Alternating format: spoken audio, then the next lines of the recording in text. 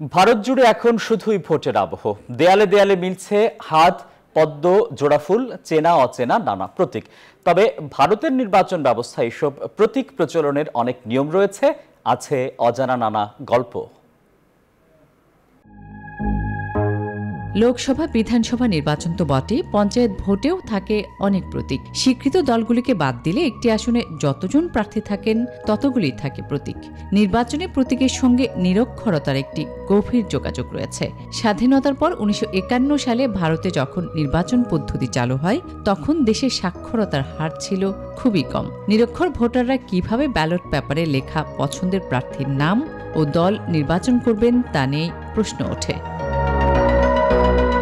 পরে অনেক ভেবেচিন্তে নির্বাচন কমিশন সাধারণ মানুষের অতি পরিচিত কিছু বস্তু বা চিহ্নের তালিকা প্রকাশ করে, যা দেখে সহজেই পছন্দের প্রার্থী বা দল নির্বাচন করা যায়। যেমন কোদাল, বেলচা, ফুল, গাছের পাতা কিংবা উদীয়মান সূর্য। বলা যায় এরপর থেকে নির্বাচন ব্যবস্থায় প্রতীক চালু হয় ভারতের। প্রতীক দিয়ে ভোটারদের পছন্দের প্রার্থীকে চেনানোর সিদ্ধান্ত হতেই রাজনৈতিক দলগুলি প্রতীক নিয়ে কাড়াকাড়ি শুরু করে। তারা বুঝতে পারে নির্বাচনে জেতার আসল চাবিকাঠি হলো এমন প্রতীক যা মানুষ দৈনন্দিন জীবনে চাক্ষুষ করে থাকে।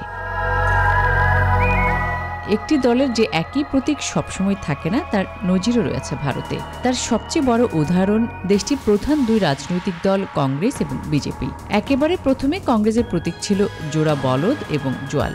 পরে কংগ্রেস ভাঙলে ইন্দিরা কংগ্রেসের প্রতীক হয় গাই বাছুর। 1977 সালের পর দেশটির স্থায়ী প্রতীক হয় হাত।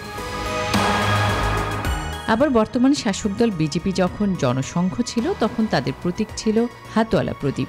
এরপর 1977 সালে জনতা পার্টির মধ্যে মিশে যাওয়ার পর দলটির প্রতীক হয় লাঙল কাঁধে কৃষক।